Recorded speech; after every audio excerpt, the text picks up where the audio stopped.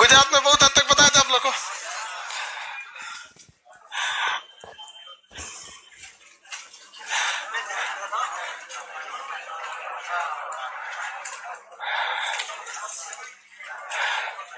भारत का सबसे बड़ा राज्य गुजरात कौन बोल रहा है?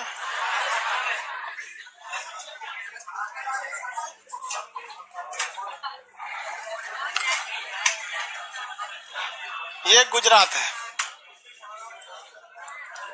राजस्थान के बाद किसका नंबर आता है? मेरी ओर देखिए आप सब लोग, अपना मटेरियल खोलिए, उसमें गुजरात बना होगा इस तरह से। क्या ठो गुजरात का नक्शा है? 3 ठो। ये बोलिए तो ये कौन सा जगह है? कच्छ, इसको कच्छ। ये कौन सा है? सौराष्ट्र। सौराष्ट्र, कच्छ और सौराष्ट्र एक नक्शा में आप इसे भरेंगे।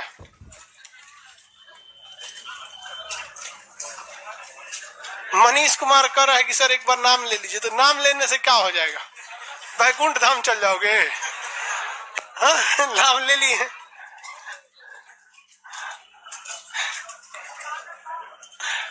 कहाँ पे भरिएगा? सादा नक्शा है, देखिए ना आपके पास मटेरियल में सादा नक्शा है ना।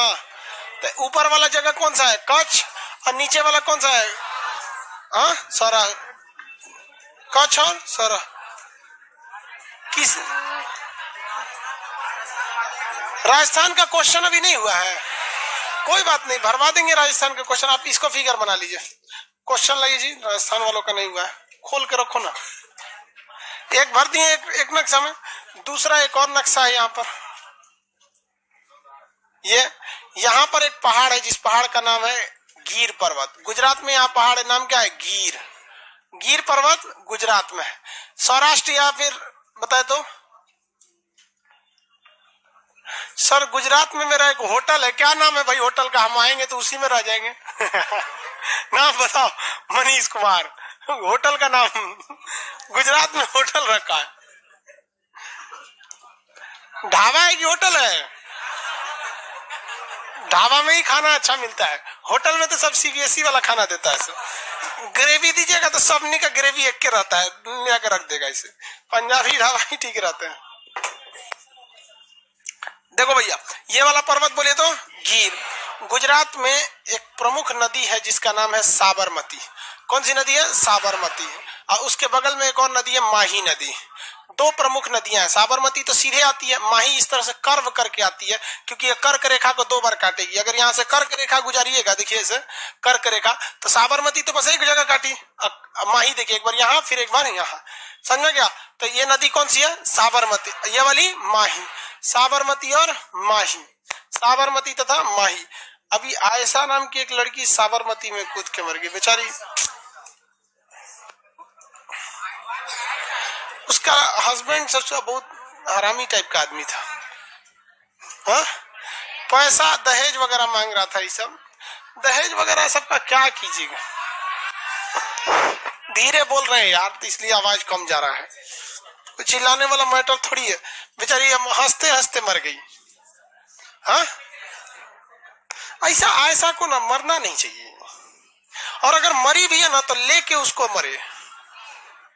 इवन हम अगर रहते ना लड़की और हमको कोई दहेज के लिए टॉर्चर करता, बहुत समझाते, अगर मरते तो नहीं, बहुत समझाते, और अगर बाई दी भी ऐसा स्टेप लेना भी रहता तो करो साथ ले जाते है कि नहीं? अकेले जाके क्या फायदा है? या हमको लेकिन बहुत गलत बात है यार। ये सब कैसे कैसे इंसान रहते हैं ना। सोचा दहेज मांगते में शर्म नहीं लगता है? दहेज प्रथा पे एक वीडियो बना दीजिए सर। हम वीडियो बनाएंगे तो जितना दहेज लेने के लिए इंतजार कर रहा है सब का सब क्या करने लगे। सब दहेज के लिए बाप बहुत जिम्मेदार है। हम ऐसा आदमी रहता था जो दहेज, दरोगा को खुला छूट दो, जहां भी दहेज मिले सब तुम लूट लो। दरोगा, पुलिस डिपार्टमेंट दरोगा खुला छूट, जहां दहेज नहीं है लूट लो। सोचा दुल्हो लूट ले जाएगा सब। चलो ध्यान देखो इधर, गिर जो पर्वत है, यहाँ देखो गिर जो है, गिर पर्वत कहाँ पर है? गुजरात के सौराष्ट्र में है। ये नदी कौन सी है? साबरमती नदी। ये नदी माही नदी। किसी को दिक्कत नहीं, दूसरे नक्शा में भी आप भर लिए होंगे। साबरमती नदी प्रदूषित बहुत हो गई थी, इधर कुछ हद तक सुधार हुआ है। नदियों में प्रदूषण इंडिया में बहुत तेजी से बढ़ रहा है, फैक्ट्री वगैरह लगेगी तो प्रदूषण होगा। सिंधु सभ्यता में अगर देखेंगे आपने, सिंधु सभ्यता के समय में, तो यहाँ पर आपको मिलेगा लोथल। कौन सा जगह मिलेगा? लोथल। सिंधु सभ्यता के कौन जगह? लोथल। एक और जगह मिलेगा रंगपुर। कौन जगह? रंगपुर। एक और जगह मिलेगा सुरकोटदा। सुरकोटदा। एक और जगह मिलेगा धौलावीरा। धौलावीरा। धौलावीरा। सिंधु सभ्यता के ज्यादातर स्थल किस राज्य में मिले हैं? गुजरात में। सिंधु सभ्यता के ज्यादातर स्थल गुजरात में मिले। हो गया? हो गया? अब यह सौराष्ट्र वाले एरिया में रंगपुर, लोथल, ये वाला जगह कौन सा हो गया? सुरकोटदा। लोथल किस नदी किनारे था? भोगवा नदी। जगह कौन हो गया? सुरकोटदा। ये हो गया धौलावीरा। कौन जगह है? धौलावीरा। आगे बढ़े, किसी को कोई दिक्कत नहीं, सादा नक्शा बना लिए। इस जगह हिस्ट्री में पूछेगा, बना लेंगे, फिर क्वेश्चन सॉल्व करा देते हैं। राजस्थान का क्वेश्चन बचा था। हाँ बाबू, नहीं बाबू, भोगवा नदी में सीपोर्ट था, फिर यहां से बंदरगाह में जाती थी नदियां, डायरेक्ट समुद्र में थोड़ी था। भोगवा नदी पर था। अब वो नदी किससे अटैच थी? समुद्र से अटैच थी। बनाएंगे इसको, फिर आपको क्वेश्चन बताना है। राजस्थान का शायद क्वेश्चन सॉल्व नहीं कराए हुए थे अभी।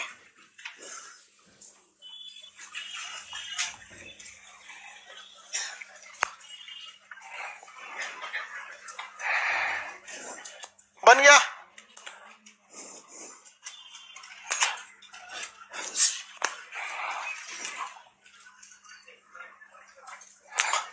मनीष कुमार, तुम क्वेश्चन पूछना, काहे बोल रहा है कि होटल का नाम बता रहा है शेर पंजाब? पूरा बिजनेसमैन है ये।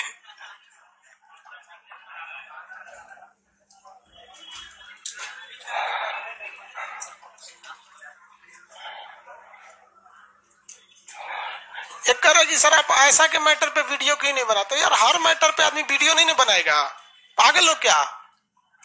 हर मैटर को लेकर आदमी एक कह रहा कि सर हम कोई भी वीडियो उसी को बनाते हैं जो कम से कम 15-20 मिनट का टॉपिक हो मिनिमम। उसमें हम क्या बना सकते हैं? एक तो अपने दुखद चीज है दहेज वाला जी, कभी दहेज प्रथा पे बताएंगे तो उसमें आयशा का एग्जाम्पल जरूर लेंगे, समझे? तो ऐसा नहीं है कि हम लोग बताते नहीं है ऐसा, बट एक पर्टिकुलर उस टॉपिक पे आदमी बोलने न लगेगा तो फिर ट्रैक से हट जाएगा ना। दरोगा वाला आइडिया, सब चीज का एक लिमिट होता है वो। आगे क्वेश्चन बढ़िए, क्वेश्चन नंबर देखते हैं हम लोग राजस्थान वाले में। आइए, पेज नंबर कितने पर है राजस्थान का क्वेश्चन? 48। एक नंबर, भारत का सबसे बड़ा राज्य राजस्थान। 48 नंबर पेज पर आइए।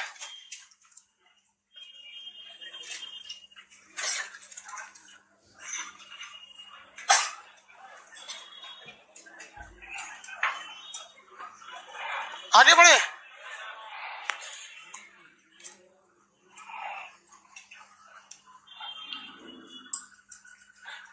भारत का सबसे बड़ा राज्य राजस्थान। सर्वाधिक व्यर्थ यानी वेस्टलैंड, खराब भूमि राजस्थान। राजस्थान के पश्चिमी भाग में कौन मरुस्थल है? थार। ऑप्शन नंबर कौन सा होगा? ए। और चोलिस्तान कहां पर है? पाकिस्तान। सर्वाधिक आबादी वाला मरुस्थल थार। विश्व की सबसे लंबी सिंचाई नहर इंदिरा गांधी नहर। स्वेज नहर तो इसे वो वाला है, मतलब पानी वाली जहाज जाती है उसमें। अगला, राजस्थान में कितने जिले पाकिस्तान से सटते हैं? 4। गंगानगर, बीकानेर, बाड़मेर, जैसलमेर। उपरोक्त सभी चारों के चारों सट जाते हैं। 7 नंबर, विश्व की सबसे पुरानी पर्वत अरावली है। कौन सी है? अरावली। कहां पर है? राजस्थान के मध्य में। राजस्थान के कहां पे? मध्य में। राजस्थान के मध्य में। अगला, सिंधु सभ्यता का कालीबंगा स्थल जहां चूड़ी, जुता हुआ खेत इत्यादि मिले, कहां पर है? राजस्थान में। सिंधु सभ्यता की जगह कालीबंगा कहां पर है? राजस्थान में है। जुता हुआ खेत मिला है, चूड़ी वगैरह यहाँ से मिला है, हवन का साक्ष्य मिला है, कर्मकांड का इत्यादि का साक्ष्य मिला है। ये हिस्ट्री के क्लास में आपको पढ़ा दिए हैं। अगला क्वेश्चन कितना नंबर है भैया? 8 नंबर। सिंधु सभ्यता का कालीबंगा स्थल हो गया। 9 नंबर, 18 मई 1974 को भारत का परमाणु परीक्षण, नाम क्या था? स्माइलिंग बुद्धा। जगह का नाम स्माइलिंग बुद्धा। दूसरे वाले का नाम शक्ति 98। शक्ति 98 इधर है ना। 11 और 13 मई 1998 को परमाणु परीक्षण का नाम क्या था? शक्ति 98। पोखरण परीक्षण स्थल किस राज्य में है? राजस्थान में है। चांदीपुर परीक्षण स्थल उड़ीसा में है। व्हीलर द्वीप या कलाम द्वीप उड़ीसा में है। जब उड़ीसा आएगा तो ये जगह दिखा देंगे, अभी बस यहाँ ध्यान से देख लीजिए, जब जगह आएगा तो आपको दिखा देंगे। व्हीलर द्वीप चांदीपुर से मिसाइल वगैरह का परीक्षण होता है। इस मिसाइल वगैरह का क्या होता है? परीक्षण होता है। आगे बढ़ जाए, अगला क्वेश्चन कौन था?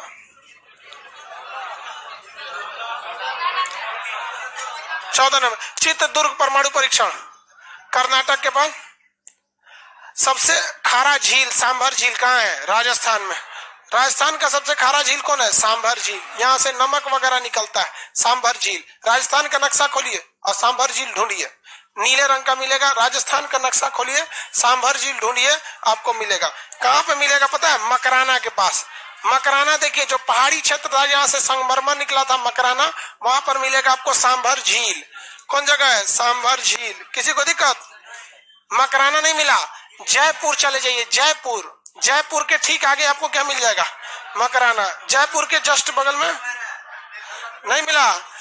अजमेर के ऊपर भी मिल सकता है। अरे यार इधर देखो सब लोग, नहीं मिला। नीला रंग समझते हो? मोतियाबिंद वाला।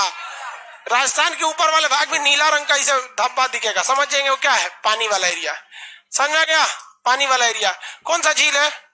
सांभर झील। सांभर झील में किस चीज की मात्रा ज्यादा है? नमक। नमक की मात्रा ज्यादा होती है। देखिए, अगर कोई भी जगह चारों ओर से पानी से जमीन से घिर जाएगा तो उसमें नमक की मात्रा बढ़ जाएगी, क्योंकि दुनिया में ज्यादातर जगहों पर नमक है। हर जगह पे आपको क्या मिलेगा? नमक मिलेगा। आप अपना शरीर ऐसे चाट के देखिएगा, नमकीन लगेगा। जूता उठा इसे उठा के चाट, भैंस वगैरह है चाट के देखिए नमक लगे, सड़क वगैरह है सबको चाट के देखेंगे क्या लगेगा? नमकीन। तो नमक की मात्रा, नकटी क्या निकाल रहा है तू? वो भी नमकीन है लगेगा। करेगी सर नकटी। हाँ, बचपन में आदमी उसको गोल करके खाता था। तो सब का मिलेगा? नमक मिलेगा।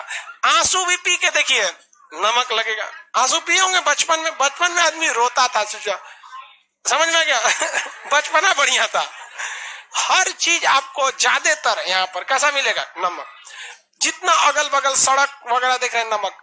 बारिश होगी तो बारिश इस सारे नमक को धुल देगा। क्या होगा? धुल देगा और नाली में बहा देगा। और वो नाली में बहा के अगर कोई एक गड्ढा है तो उसी गड्ढा में ले जाकर सारा नमक पोत देगा। और उसमें से निकालिएगा उस पानी को, रिवर्स ऑस्मोसिस करिएगा, ऊपर चिपका दीजिएगा पतंजलि नमक, देश का शुद्ध नमक। समुद्र वगैरह में ना जो नमक आता है वो नदियों के माध्यम से ही जाता है। जितना जगह देख रहे हैं सब धुला के कहाँ गया है?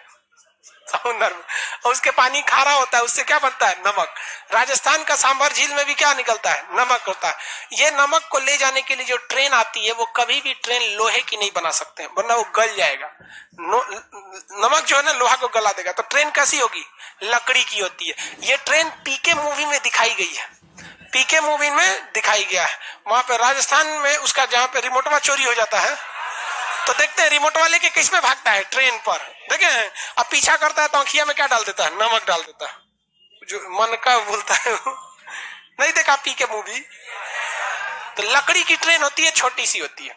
कैसे होती है? छोटी सी। उसी से क्या ले जाया जाता है? नमक वगैरह ले जाया जाता है। तो भारत की एकमात्र लकड़ी की ट्रेन रहती है सांभर के पास, नमक ले जाने के लिए, सांभर झील। अगला क्वेश्चन क्या था भैया? आइए अपने क्वेश्चन पे। कितना नंबर है? 16। राजस्थान के किस स्थान पर 3 प्रकार के बिजली बनती है? कोटा। कोटा में परमाणु बिजली घर रावत भाटा, जवाहर सागर तथा महात्मा गांधी सागर बिजली से हो जाता है, और एनटीपीसी कोयला से बनती है। 3 तरह से बिजली कहाँ बनती है? कोटा में बनती है। कोटा बिजली वहां तीनों विधि से बनाई जा सकती है। बिजली की कई विधियां होती हैं। कोयले से कैसे बिजली बनती है इसका यूट्यूब पर वीडियो बना दिए हैं। पानी से कैसे बनता है इसका नहीं बनाया है अभी। पानी से बनाना कौन सी, बस टरबाइन तो नशा देना रहता है। और परमाणु बिजली से भी बनता है, सोलर एनर्जी से भी बनता है, विंड एनर्जी से भी बनता है। अगला क्वेश्चन कितना नंबर भैया? 17। 2 अक्टूबर 1959 को पहला पंचायत नागौर। भारत में सर्वाधिक संगमरमर कहां से? मकराना से। ख्वाजा मोइनुद्दीन चिश्ती का दरगाह अजमेर। पिंक सिटी किसे कहेंगे? जयपुर। झीलों का शहर उदयपुर। राजस्थान का पुष्कर मेला कार्तिक में लगता है। कार्तिक कब लाता है? हाँ, चैत बैसाख जेठ जेठ आषाढ़ सावन भादो आश्विन। आश्विन वही आश्विन कार्तिक। कार्तिक लिख लीजिए, नवंबर के आसपास आना चाहिए। छठ वगैरह का समय रहता है। आगे देखिए कार्तिक वगैरह में। अगला चित्र में नदी और नहर की पहचान के लिए 1 नंबर में क्या है? इंदिरा गांधी नहर। 1 नंबर इंदिरा गांधी नहर है। 2 नंबर क्या है? लूनी नदी है। 2 नंबर में लूनी नदी है। 3 नंबर में बनास नदी। 4 नंबर में चंबल। मेरी ओर देखिए, मेरी ओर देखेंगे लोग ध्यान से। नदियों का चैप्टर आपका अलग से है। ये पहाड़ बता सकते हैं कौन सा होगा? अरावली पर्वत। अरावली पर्वत। इसमें ये नदी कौन सी है? चंबल। कौन सी नदी भैया? चंबल। अरावली से 2 नदी निकलती है। एक निकलती है बनास, जो जाके किसमें मिल जाती है? चंबल में। और एक इधर निकलती है लूनी नदी, जो रेगिस्तान में जाके खत्म हो जाती है। और एक हरियाणा पंजाब से आ रही है। कौन सी नहर? इंदिरा गांधी नहर है। नहर का नाम इंदिरा गांधी नहर। ये नहर कौन सा है? इंदिरा गांधी नहर। पर्वत कौन सा है? अरावली। नदी लूनी। कहेगा कौन सी नदी बीच रास्ते में ही खत्म हो जाती है? लूनी नदी। बीच रास्ते में खत्म हो जाती है लूनी नदी। हो गया? कौन सी नदी? लूनी नदी। ये जगह बोलिए बनास, ये चंबल, ये अरावली। अब बन जाएगा ना। 1 नंबर इंदिरा गांधी नहर, 2 number Chambal, Luni, 3 number Banas, 4 number Chambal. Rajasthan की सबसे बड़ी नदी कौन सी हो जाएगी? चंबल। मतलब सबसे महत्वपूर्ण नदी कौन सी हो जाती है? चंबल। बीच रास्ते में खत्म हो जाएगी लूनी। 24 नंबर क्वेश्चन कर रहा है, मिलाइए। 1 नंबर क्या बताया गया? थार मरुस्थल। कौन सा है? थार मरुस्थल है। 2 नंबर गुरु शिखर। अरावली की सबसे ऊंची चोटी दिखाई गई है गुरु शिखर। और 3 नंबर में अरावली। 3 नंबर में अरावली। 3 नंबर में अरावली। उसके नीचे आ जाइए गुजरात। ऑप्शन नंबर इसमें कौन सा होगा? दिल्ली वाला? नहीं, बी, बिहार वाला बी। 24 का बी हो जाएगा। गुजरात आ गए, वहीं पे है जी, पलट का दिए। कच्छ जो लिखा है ना, लिखे क्षारीय मरुस्थल जंगली गदहे। क्षारीय मरुस्थल जंगली गदहे। क्षारीय मरुस्थल जंगली गदहे। क्षारीय मरुस्थल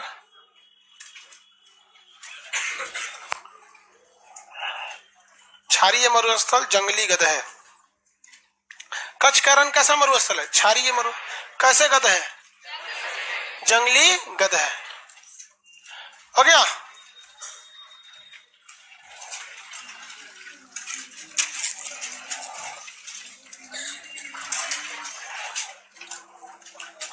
खारे पानी का सबसे बड़ा झील चिल्का झील है। बबुआ तुम लोग घरे मटेरियल में नहीं पढ़ता है लोग। इसमें लिखा हुआ है आगे पूरा चैप्टर एक तो झील का। इधर थोड़ा सा बता दिए, उसमें थोड़ा बता दिए। धौलावीरा बता दिए, सिंधु सभ्यता में सुरकोटदा। भुज में भूकंप कब आया था? 26 जनवरी 2001। कितने लोग? बहुत लोग मारे गए थे। बाप रे, मतलब कोई संख्या, मतलब बहुत सारे लाश तो गिनाया नहीं था। बहुत भयानक भूकंप आया था। सरक्रिक किससे विवादित चल रहा है? बाकी कोई फायदा है उसको इस विवाद से? नहीं। द्वारका शंकराचार्य ने मठ का निर्माण कराया था। द्वारकाधीश किसे कहा जाता है? कृष्ण भगवान। द्वारका नरेश, द्वारकाधीश, केशव भी उन्हीं को न कहते हैं। उन्हीं सब बहुते नाम था उन लोग का। उसके बाद कांडला पोर्ट कहाँ पे है? ये वाला जगह कौन सा है? कांडला जगह तो बता ही दिए थे। पोरबंदर, सोमनाथ तक बता दिए थे। आगे बताते हैं, चलिए जो बता दिए थे उसके आगे। अब आ जाते हैं गुजरात में। मेरी और सब लोग ध्यान से देख लीजिए। ये जगह कोना वाला है सरक्रिक, और ये जगह है आपका कच्छ। ये वाला जगह द्वारका, ये जगह कांडला, बीच में जामनगर। कौन जगह है? जामनगर। यहाँ आएंगे तो पोरबंदर। महात्मा गांधी का जन्म पोरबंदर। सोमनाथ की मंदिर को किसने लूटा था? महमूद गजनवी। इसके जगह यहाँ पे दीव, यहाँ पे दमन, यहाँ दादरा नागर हवेली। पहले दमन दीव का एक ही एडमिनिस्ट्रेटर होता था और दादरा नागर हवेली का अलग होता था। अभी इसको दोनों को मर्ज कर दिया गया। 3 नाम दिख रहा है लेकिन दादरा नागर हवेली एक ही में है। तो दमन दीव, दादरा नागर हवेली तीनों को मिलाकर एक ही के अंडर में कर दिया गया। दमन दीव को अलग करने वाली खाड़ी खंभात की खाड़ी, और ये वाली खाड़ी का नाम कच्छ की खाड़ी। कौन सी खाड़ी है भैया? कच्छ की खाड़ी, कच्छ की खाड़ी। अब यह देखेंगे कच्छ की खाड़ी को आर पार करने के लिए कौन सी फेरी व्यवस्था? रो फेरी, रो रोल ऑन रोल ऑफ, गाड़ी को उसमें चढ़ाइए वो आपको क्या कर देगा? पहुंचा देता है। रोल ऑन और रोल ऑफ व्यवस्था कहा जाता है उसे। बिहार में भी रोल ऑन रोल ऑफ की व्यवस्था है, नाव से जाया जाता है यहाँ पे भी, बट वो साइकिल मोटरसाइकिल हिला देता है। लकड़ी वाली नाव आएगी, उस पर साइकिल रखी, उस पर क्या कर देता है? हिला देता है। यहाँ पे बहुत बड़ा व्यवस्था नहीं है, जिसके 2-3 कारण है। बिहार की नदियों में कचरा ज्यादा रहता है, गाद मिट्टी की मात्रा, क्योंकि यूपी और बिहार मैदानी क्षेत्र है, यहाँ की मट्टियां आराम से कट जाती है और नदी में आके भर जाती है, जिससे नाव चलाने में क्या होती है? दिक्कत होती है। तो ये जगह हो गया आपका भैया गुजरात का ये एरिया। तो ये बताइए, तो ये तो कौन सा है? सौराष्ट्र। ये कौन जगह है? सौराष्ट्र। सौराष्ट्र के बीच में देखेंगे आपको मिलेगा जूनागढ़। सौराष्ट्र के बीच में बड़ी जूनागढ़ मिला? नहीं मिला। सौराष्ट्र में जूनागढ़ कहाँ है? गिर वहां पे मिला होगा, बाग बनाया है, देखिए बाग बनाया है। कौन सा राष्ट्रीय उद्यान है? गिर। बाग जहां बनाया है कौन सा राष्ट्रीय उद्यान है? गिर। गिर राष्ट्रीय उद्यान कहाँ है? गुजरात। गिर राष्ट्रीय उद्यान गुजरात। वहां पे कौन सा जगह है? जूनागढ़। कौन जगह है? जूनागढ़। जूनागढ़ का नवाब बोका था। कैसा था? जंगली गधे कच्छ में पाए जाते हैं, ये यहाँ कैसे आ गया समझ में नहीं है। कह रहा था कि हम पाकिस्तान में मिलेंगे। भारत का जब विभाजन हुआ तो जूनागढ़ का क्या कहना था कि हम पाकिस्तान में मिलेंगे। रे भैया तू ये केक समझ रहा है का? काट के कहीं लेके चल जाओ, कैसे मिलेगा तू? न कोई बाउंड्री टच होती है न कोई कुछ। तो सरदार पटेल ने भी वहां धमकी उमकी दिया, उसके प्रधानमंत्रियों को मिला लिया, सेनापति को सरदार पटेल ने कहा कि अब जो यहाँ से सोचो यहाँ पे। तो कुछ लोग ऐसा बोंक था सब, जिसका कोई हद नहीं। जो लोगों ने भारत की स्वाधीनता भारत में मिलने के लिए स्वेच्छा से आ गए, उनको सरदार पटेल ने बहुत सुख सुविधाएं दिया, जिसमें सबसे बड़ा एग्जाम्पल ज्योतिरादित्य राय सिंधिया। उनका आज भी महल है। वो जब भारत में जुड़े थे तो इसी शर्त पर कि हमारा महल हमारा साम्राज्य मेरे पास रहना चाहिए। तो सरदार पटेल ने कहा कि देख भैया इतना सब ना दे पाएंगे, तू कहेगा पूरा मध्य प्रदेश हमरे दे दे, तो नहीं, जिसमें जितना में आप रहते हैं ना, ये आपका किला उला ही हम आपको दे देंगे। उसी तरह से राजस्थान की मुख्यमंत्री पहले कौन थी? वसुंधरा राजे। उनका भी पूरा राज घराना है, बड़ा। वो लोग होशियार थे, मिल गए लोग यहाँ पे। कश्मीर वाला मिलता है तो 370 चाहिए, 370 चाहिए। यही वाला कहता था हम पाकिस्तान में मिले। अरे भाई भारत में मिल जाओ। तुम भी बोले रहते कि हमको भी जूनागढ़ का मेरा महल हमारे पास रहेगा, सरदार पटेल दे दिए रहते। सरदार पटेल ने केवल देश के बारे में सोचा। जिसको लेमचूस दे के मना लिए, लेमचूस से मना दिए। जिनको लाठी जरूरत थी, लाठी दे दिए। हैदराबाद वाले को तो दौड़ा के मारे थे। यहाँ पे जनमत संग्रह रेफरेंडम करा लिए, कहें कि आप कहाँ मिलना चाहते हैं, तो लोगों ने कहा कि भारत में रहना चाहते हैं। काम खत्म हो गया, खत्म कहानी। तो जूनागढ़ क्या भारत में मिलना चाहता था? नहीं। सरदार पटेल ने जबरदस्ती मिलाया या जनमत संग्रह? जनमत संग्रह मतलब पब्लिक से पूछा, और यहाँ की पब्लिक ज्यादातर हिंदू थी, राजा क्या थे? मुस्लिम। और वैसे भी कौन ससुरा पाकिस्तान जाता? सब मुस्लिम यहाँ से क्या पाकिस्तान गए थे? नहीं गए थे। हमारा पूर्वज सब ठीक ठाक था, सब नहीं तो हमरो ने लाहौर भेज देता। अब तक हम जिंदा थोड़े रहते, क्योंकि हमारी आदत है हम खुल के कुछ भी बोल देते हैं। कब का मरा और आ गए रहते हैं, मार दिया रहता सब बम। हिंदुस्तान में आप किसी को बोल दीजिएगा, बहुत बुरा मानेगा ना तो एक तमाचा मार के छोड़ देगा, कूच काच देगा, बम ना मारने जाएगा उसको। कहेगा भाई इसको भी अभिव्यक्ति की आजादी है। वहां पे तुरंत लुंगी में आग लगा देगा सजा।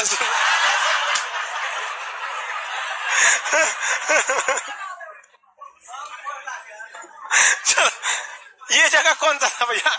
जनमत संघ। समझ आ गया कि नहीं? भाई हिंदुस्तान में जो जन्म लिया बहुत सौभाग्यशाली है। ये हो गया, यह जूनागढ़ हो गया। किसी को दिक्कत? जूनागढ़ में गिर पर्वत है, गिर राष्ट्रीय उद्यान है। कौन सा पर्वत है? गिर पर्वत। वो फिजिकल में देखिए जूनागढ़ को, फिजिकल नक्शा में देखिए जूनागढ़ को। गिरनार लिखा होगा, गिर और गिरनार पहाड़ी नहीं मिला। उसको ऐसे सूखा कलर से रंग दीजिए। कौन पहाड़ी है? गिर पर्वत। कौन सा पर्वत है? गिर। गिरनार वही है। उसी पहाड़ी पे कौन रहते हैं सब?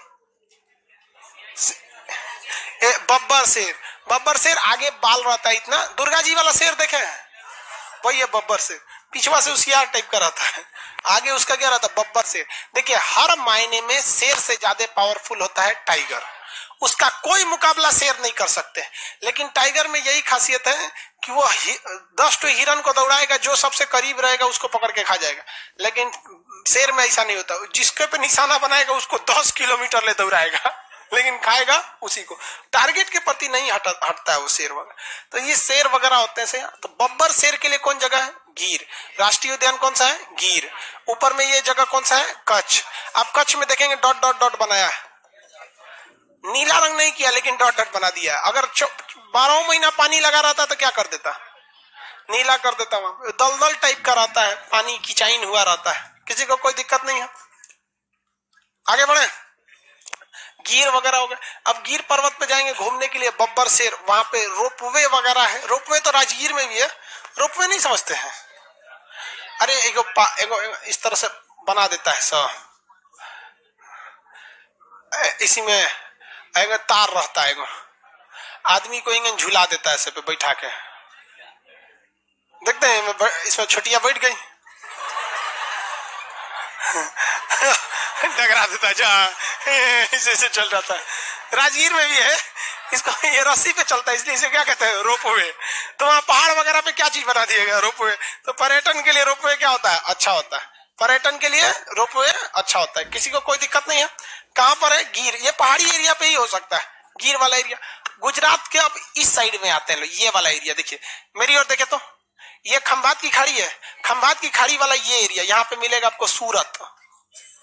इस साइड में देखिए सूरत, भाव और सूरत मिल गया, उसी के पास भरौच। सूरत और भरौच मिला, सूरत और भरौच। खंभात की खाड़ी से इस साइड में देखिए मेरी ओर, ये खाड़ी है खंभात की खाड़ी, इस खाड़ी के इस साइड भरौच और सूरत, भरौच और सूरत। सूरत मिलेगा नीचे और भरौच मिलेगा ऊपर। ऊपर में नर्मदा नदी और नीचे में ताप्ती नदी। तो भरौच किस नदी के किनारे? नर्मदा। और सूरत किस नदी के किनारे? ताप्ती। भरौच नर्मदा, सूरत। इसी भरौच के पास यहाँ पर statue of unity Sardar Patel की प्रतिमा है। किस नदी के किनारे? हाँ क्या जी? नर्मदा नदी। सरदार पटेल की प्रतिमा, बहुत ऊंची मूर्ति है, statue of unity. Statue of unity कितने मीटर है? 182, 182। ये सबसे ऊंची सरदार पटेल की प्रतिमा है। बहुत सही है भाई, भारत को क्या किए हैं भाई, एक में बांधे हैं, इनके लिए भी सही है, पर्यटन के लिए भी सही है, कोई खास गड़बड़ नहीं है, सब चीज पे ध्यान देना चाहिए। तो ये सूरत जो है ये कपड़ा उद्योग के लिए फेमस है। सूरत किस लिए फेमस? कपड़ा उद्योग और हीरे के लिए। हीरा की जो कटिंग होती है वो सूरत में होती है। हीरा के साथ सबसे बड़ी समस्या जानते हैं क्या है? जिस तरह से सोना का टुकड़ा हो जाएगा तो फिर उसको गला के आप दूसरा चीज बना दीजिए। मान के चले झुमका बनाया और डिजाइन पसंद नहीं आया तो दूसरा बनवा सकते हैं लोग। जैसे सबसे पुराना जमाना टाइप का एगो झुमका इस तरह आता है, ये देखिए आपकी मम्मी वगैरह के पास होगा ये वाला। आजकल की महिला इसको नहीं पहनती है, एगो पिजड़ा टाइप का लटका देता है। तो उन सब को आजकल में क्या चाहिए? हाई टंगनियों में डिजाइन चाहिए तो ओकरों में डिजाइन बांध देता है। ये अलग टाइप का बना देगा इसमें, इस तरह से छोटा बड़ा करके इस टाइप का।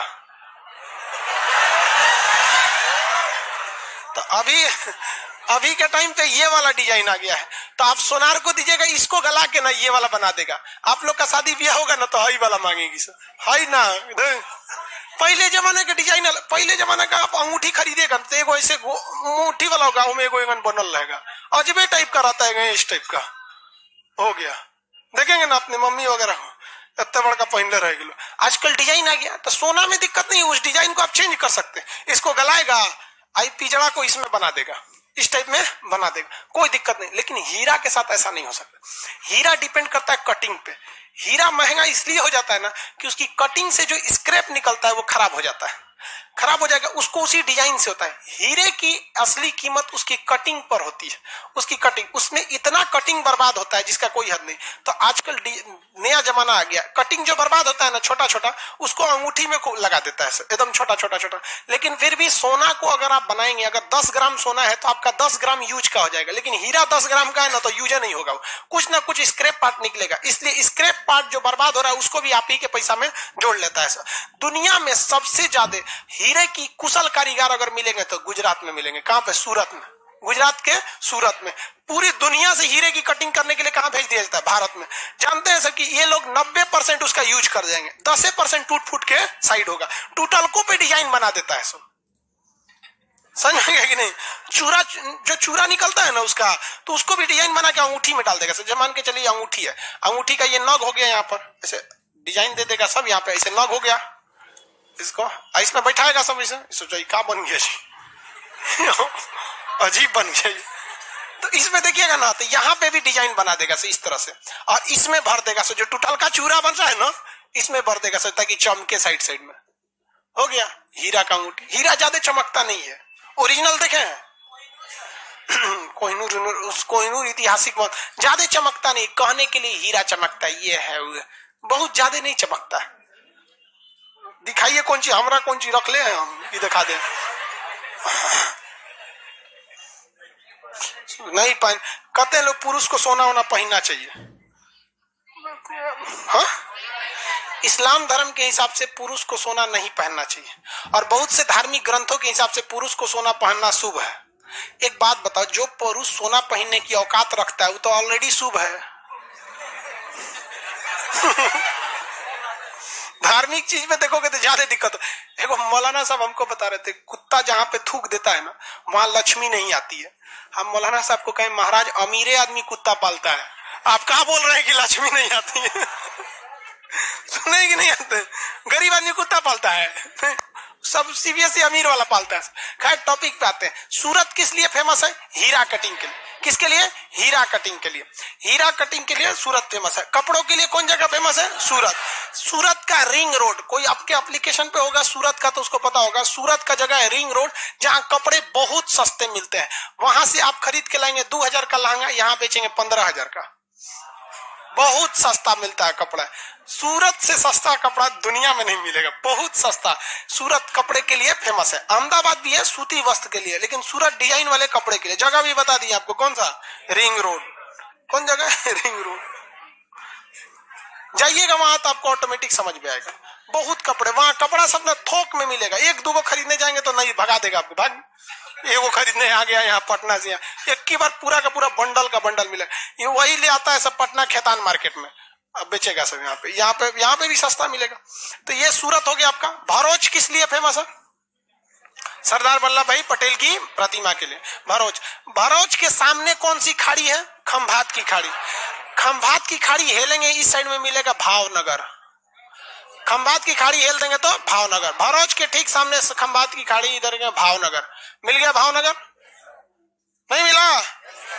कौन जगह है भावनगर?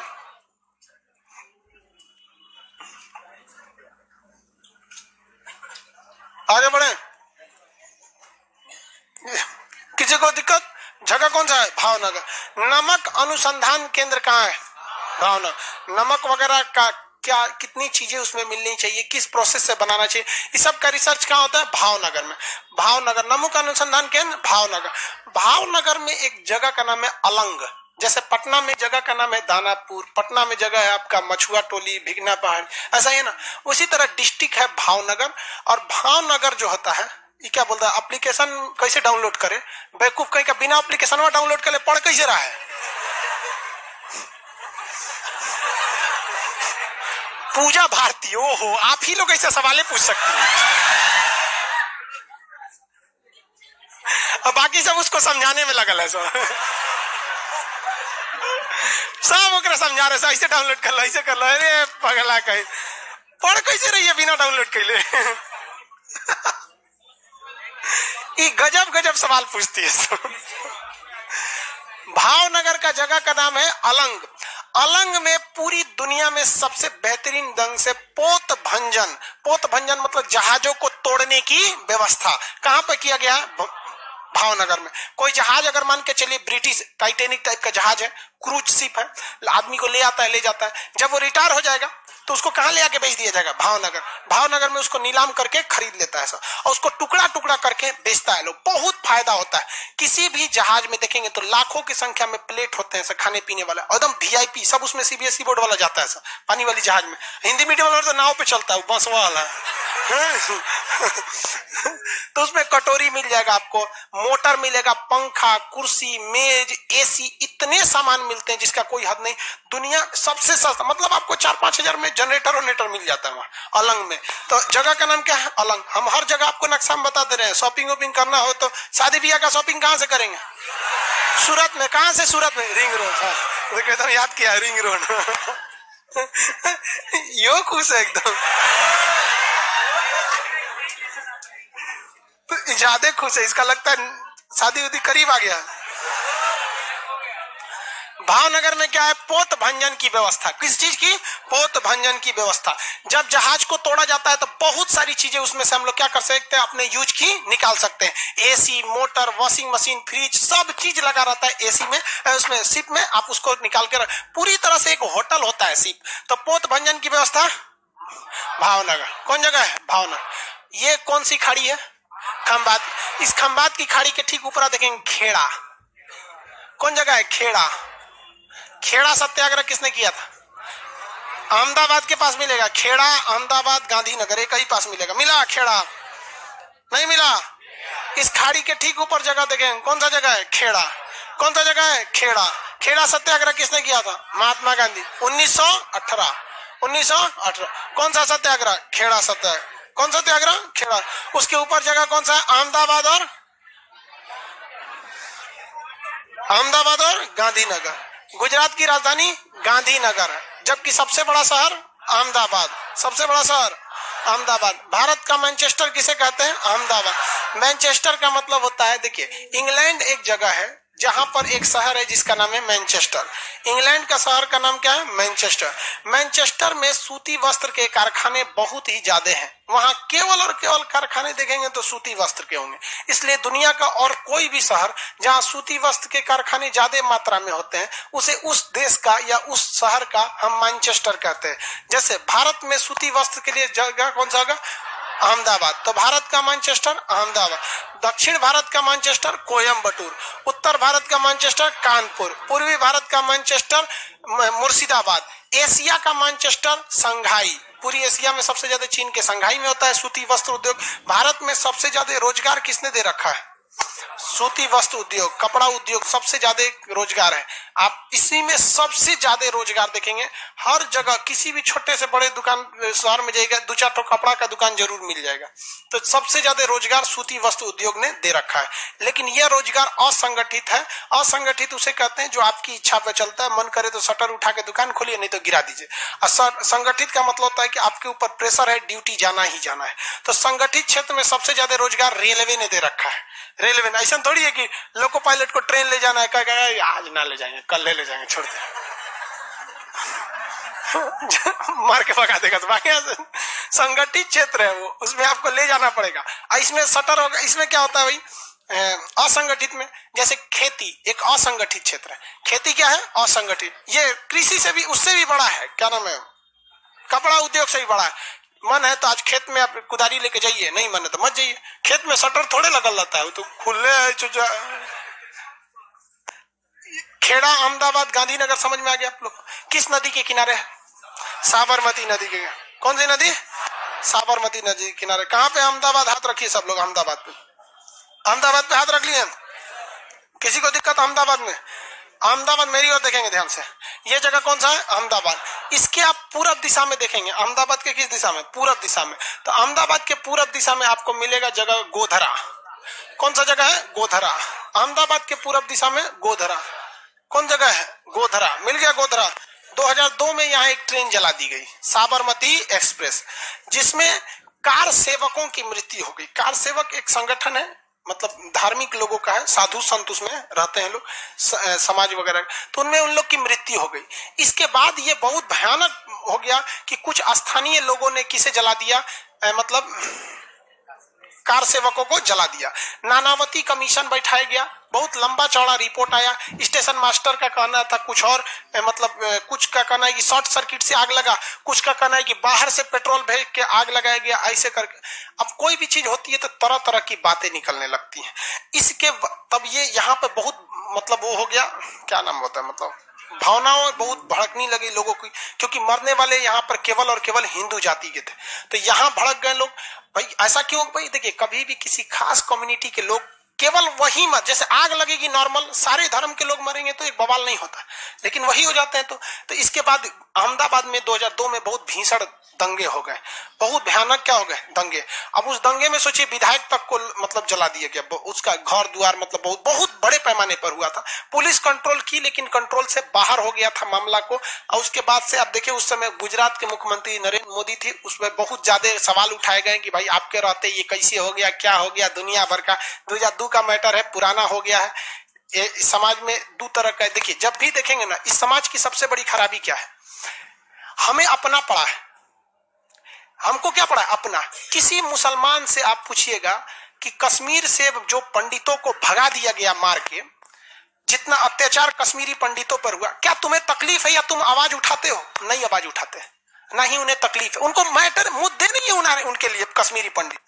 और अगर हिंदू लोग को देखेंगे कि अहमदाबाद का कोई मैटर है, उनको भी मतलब नहीं है, बाढ़ में जब मराए क्या दिक्कत है, गोधरा का तो बदला था, ठीक है हुआ यहाँ पे। तो हमारे क्या होती जा रही है? सेलेक्टिव भावना होती जा रही है। जिस दिन हमारे अंदर एक देश की बात, जिस दिन कश्मीरी पंडित का मुद्दा मुसलमान उठाने लगेंगे ना, उस दिन कश्मीरी पंडित का मुद्दा शांत हो जाएगा। जिस दिन गुजरात दंगे की बात अगर हिंदू लोग उठाने लगेंगे ना, उस दिन दंगे शांत हो जाएंगे। दंगे आज तक कभी हुए नहीं, इसे कराया गया है, चाहे वो कश्मीर से लेकर कन्याकुमारी कहीं पे भी हो। आपने कभी सुना मुस्लिम लोग आवाज उठा रहे हैं कि कश्मीरी पंडितों को न्याय दो?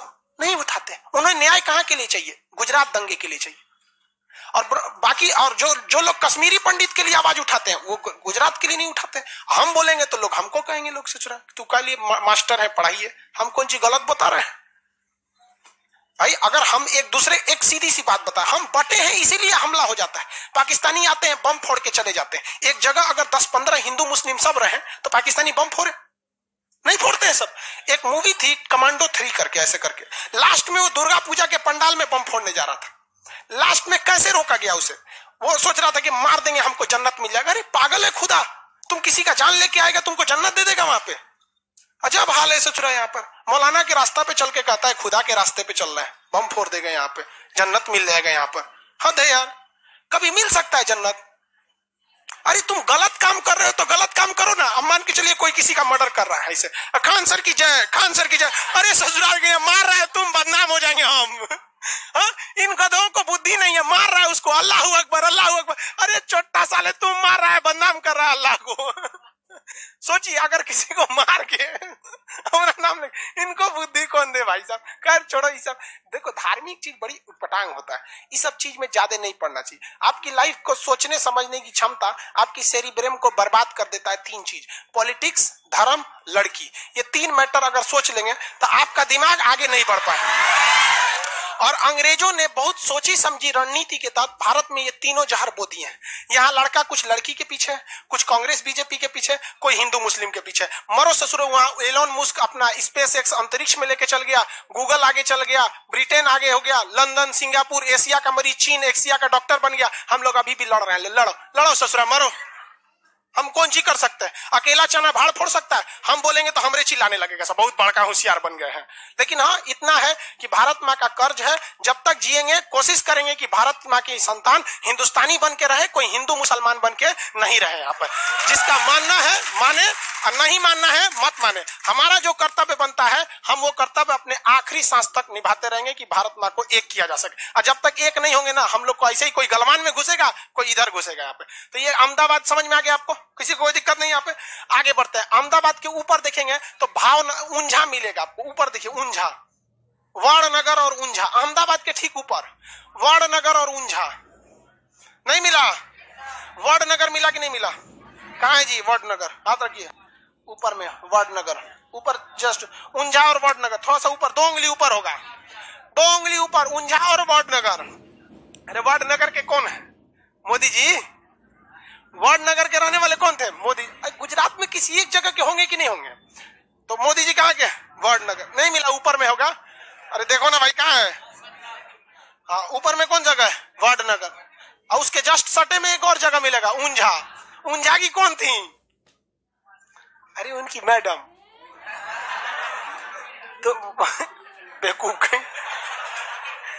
मोदी जी कहाँ के थे? वडनगर। और उनकी पत्नी जो थी यशोदा बेन पटेल, वो उनकी पत्नी टीचर थी शायद, मतलब अब हमको कंफर्म उतना रिसर्च किए ना उनके बाद, मतलब नॉर्मल है। उनका भी भाषण देखिएगा ना, उतना अच्छा वो हिंदी नहीं बोल पाती है, लेकिन हिंदी जो नहीं बोल पाता, हिंदी बोलता है तो बड़ा मीठा लगता है।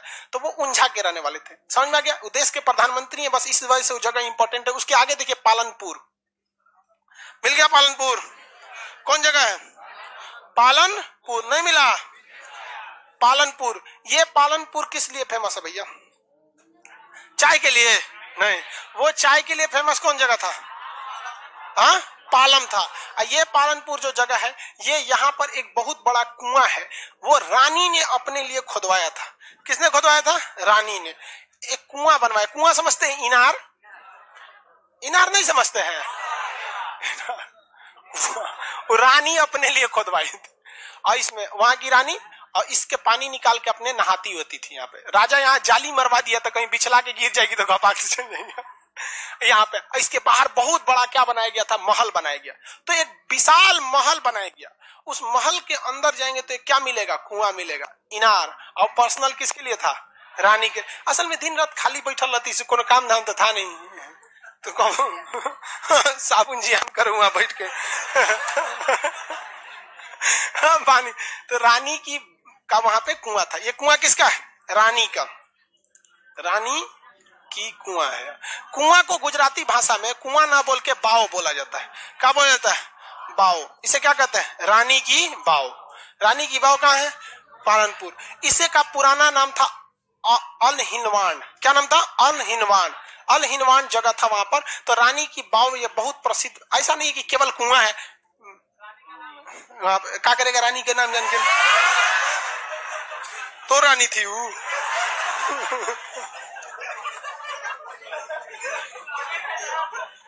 रानी की बाव, समझ में आ गया? कहाँ पे है? पालनपुर। पालनपुर बहुत फेमस जगह, डेवलपमेंट बहुत ज्यादा हो गया है पालनपुर में। अच्छा खासा डेवलप एरिया है गुजरात का पालनपुर। ये एरिया समुद्र से सटा हुआ है। तो अभी एक ट्रेन जो अलग से ट्रेन बिछाया जा रहा है, जिसका हम एक वीडियो भी बनाए थे यूट्यूब पर, DFC डेडिकेटेड फ्रेट कॉरिडोर। वो यहाँ से एक पटरी अलग बिछाई जा रही है, जो अभी पालनपुर तक उद्घाटन हो गया, मतलब पूरी तरह रेडी हो गया है। अब उस पर ट्रायल चल रहा है। मालगाड़ी यहाँ से इस पटरी पर केवल और केवल क्या चलेगी? मालगाड़ियां चलेगी। उस पर पैसेंजर गाड़ियां नहीं चलेंगी, वरना मालगाड़ियों को तो कबो कबो दो दो दिन एक के जगह पर रोक देता था। और ट्रेन को कमाई होती है मालगाड़ियों से, और सब पैसेंजर वाला मालगाड़ियों को गरियाते हैं। सर एगो ईद का क्रॉसिंग कराने चलाता है। अरे भाई, उसमें कोई विदाउट टिकट नहीं जा सकता है मालगाड़ी में। इसमें सारा झमेला होता है। विदाउट टिकट है, सोचा टॉयलेट बाथरूम गंदा करके चलाएगा सब, नहीं तो मैं 8 को घुस जाएगा सब विदाउट टिकट वाला। तो ये सरकार ने देखा कि भाई मालगाड़ियों के साथ हम लोग गलत व्यवहार कर रहे हैं। तो DFC अभी कहां तक चालू हो गई है? पालनपुर तक। इसे लेके जाना है मुंबई के जवाहरलाल नेहरू बंदरगाह तक। कहां तक? जवाहरलाल नेहरू बंदरगाह तक। समझ आ गया कि नहीं आ गया? कहां से ले जाना है? मतलब दिल्ली से लेके जाना है, यहाँ पे दिल्ली के पास से। और एक इसका नाम है western dedicated freight corridor. Dedicated मतलब पूरी तरह से समर्पित, फ्रेट मतलब मालगाड़ी, तो फ्रेट कॉरिडोर के लिए होगा। और एक इसी तरह से आपका लुधियाना के पास से जाएगा, उसका नाम होगा ईस्टर्न डेडिकेटेड फ्रेट कॉरिडोर। ये कहां तक जाएगा? कलकत्ता तक जाएगा। तो यहाँ से अभी देखेंगे आने वाले ये वाले फ्रेट कॉरिडोर का काम बहुत धीमा हो गया है। ये मुगल सराय तक तेज है, बिहार में आके ये धीमा पड़ गया है। जब ये बन जाएगा ना, तो भारतीय रेलगाड़ियां टाइम से हो जाएंगी, क्योंकि इसको मालगाड़ियां लेट कर देती थी। मालगाड़ी लेट करते, जितनी मालगाड़ियां इसमें से हट के अपनी मालगाड़ी के लिए क्या हो जाएगा? अलग ट्रैक। तो इस पे ट्रैक खाली रहेगा तो ट्रेनें तेज चलेंगी। अभी कहां तक आ चुका है फ्रेट कॉरिडोर? पालनपुर तक। किसी को कोई दिक्कत? आगे बढ़ जाए। गुजरात समझ में आ गया? गुजरात का क्वेश्चन आपको सॉल्व करके आना है। आगे बढ़ जाए। आज के लिए इतना है, आगे का क्लास कल करेंगे।